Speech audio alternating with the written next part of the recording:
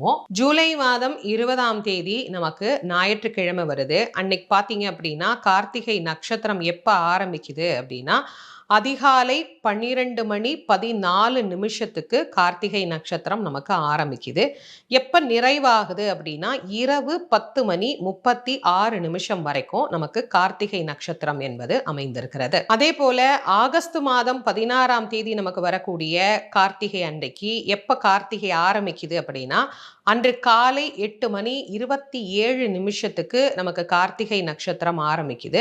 அடுத்த நாள், அதாவது 17/8/2025 காலை 6 மணி 48 நிமிஷம் வரைக்கும் நமக்கு கார்த்திகை நட்சத்திரமானது அமைந்திருக்கிறது. இப்ப நான் 2 நாளைக்குமே உண்டான நேரத்தை உங்களுக்கு நான் சொல்லியிருக்கிறேன். இதுல முழுவதுமாகவே கார்த்திகை நட்சத்திரம் நமக்கு இருக்கு. அதனால 2 நாளுமே விரதம் இருக்கக்கூடியவர்களுக்கு கார்த்திகை நட்சத்திரத்திலேயே நம்ம விரதத்தை ஆரம்பிக்கிறோம்.